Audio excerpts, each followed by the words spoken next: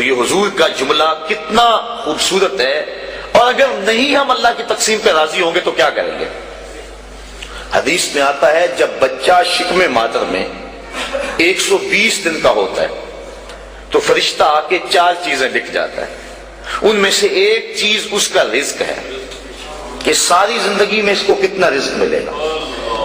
اب جتنا لکھا گیا ہے الٹی چھلانگے بھی لگائے اس سے زائد نہیں ملے گا، اور جب لکھا گیا ہے اس سے پہلے نہیں ملے گا۔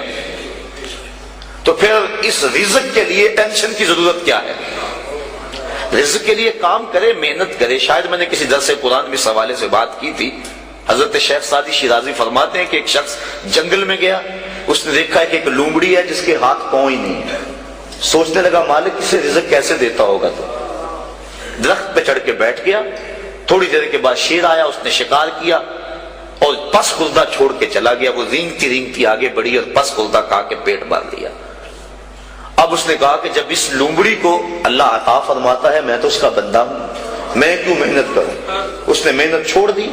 ایک دن فاقے سے کاٹا، دوسرا دن فاقے سے کاٹا، تیسرے دن جب حالت غیر ہونے لگی تو آواز آئی بندے میں لومڑی کو بغیر کسی محنت کے دے سکتا ہوں، تجھے نہیں دیکھ سکتا، تجھے بھی عطا کر سکتا ہوں، لیکن لومڑی نہ بن، شیر بن، خود کما اور اوروں کو بھی کھلا، نہ کہ لومڑی کی طرح جو ہے وہ بن کے بیٹھ جائے۔ یہ بھی حکم ہے محنت کرنے کا، لیکن محنت کرنے کا، سعی کرنے کا حکم ہے، ٹینشن لینے کا حکم نہیں ہے۔ ہماری ذمہ داری نہیں، ہمارا کام ہے کام پہ چلے جانا۔ دیکھو نا، آپ کسی فیکٹری میں کام کرتے ہیں، 8 گھنٹے کی ڈیوٹی ہے وہاں کام کی، تو آپ مزدوری کرتے ہیں یا کوئی کام کرتا ہے، مالک بیل دے کے آپ کو بلا لیتا ہے دفتر میں، 2 گھنٹے وہاں بٹھائے رکھتا ہے، آپ کو پریشانی ہونی چاہیے کہ وہاں کام جو ہے وہ نہیں ہو رہا؟ آپ کو کیا غرض؟ جس نے کام پہ لگایا اس نے بلایا، مجھے تو مہینے کے بعد پوری تنخواہ ملے گی چاہے سارا دن بٹھائے رکھے۔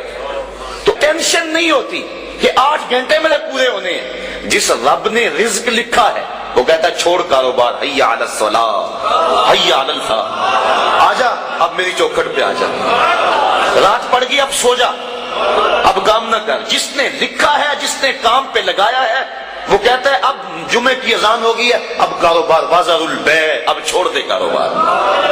تو اب جس نے کام پہ لگایا وہی تو بلا رہا ہے، اور ہم کہتے ہیں تیرے بلانے پہ نہیں آئیں گے۔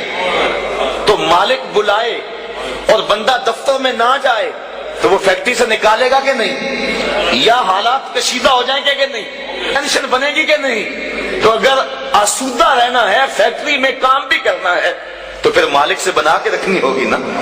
اگر رزق اس کا کھانا ہے اور اس کی نہیں ماننی تو پھر ٹینشن تو ہوگی۔ پھر کہا جائے گا جی رزق بڑا ہے، سکون نہیں ہے، پتہ نہیں کسی نے تویز ڈال دی ہوئے ہے، کسی عامل نے جادو کر دیا ہوا ہے، پھر مصیبت بنی ہے۔